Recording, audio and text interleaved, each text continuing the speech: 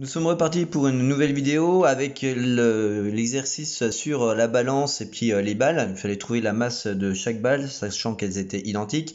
Donc, comme on est sur une balance, c'est une équation, une cachée. On va voir ça tout de suite, tout à l'heure.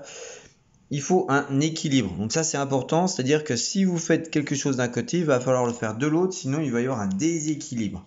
Donc, voilà pour le premier point. Donc on a 3 balles d'un côté, une balle de l'autre, 50 grammes d'un côté, 50 grammes de l'autre. Donc l'idée c'est de se ramener à un minimum de balles. Ici par exemple, si j'enlève une balle à droite et une balle à gauche, c'est-à-dire s'il me reste 2 balles, 50 grammes, ensuite mon poids de 100 et mon poids de 50, évidemment j'ai encore mon équilibre puisque je n'ai fait que enlever la même chose de chaque côté. Ensuite, dans un deuxième temps, on peut se dire que ici j'ai 50 grammes et 50 grammes, je peux également les enlever, ce qui fait qu'au final je vais avoir mes 2 balles d'un côté et 100 grammes de l'autre. 2 balles, 100 grammes, forcément une balle, vous l'aurez compris, ne fait que finalement 50 grammes.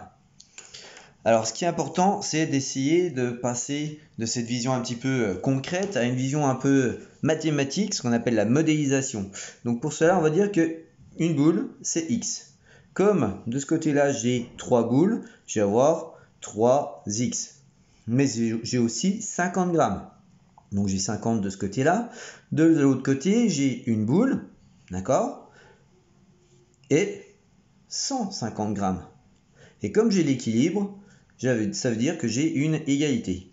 Qu'est-ce qui s'est passé de là à là? Très simplement, je me suis dit, hop, j'ai une boule d'un côté, j'en ai 3 de l'autre, je vais essayer d'équilibrer, donc j'ai enlevé de chaque côté une boule. Et ce qui est important de voir, c'est que je l'ai fait d'un côté, mais je le fais de l'autre, toujours pour avoir l'égalité.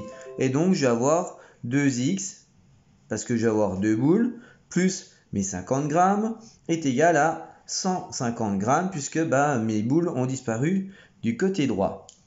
Ensuite, on a vu qu'on en supprimait 50 grammes de chaque côté, donc on va faire moins 50 ici et moins 50 là, toujours pour avoir un équilibre.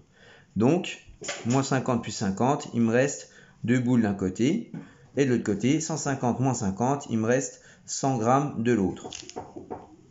Enfin, pour terminer, comme on a les 2 boules, je vous rappelle, opération inverse, on va tout simplement diviser par 2.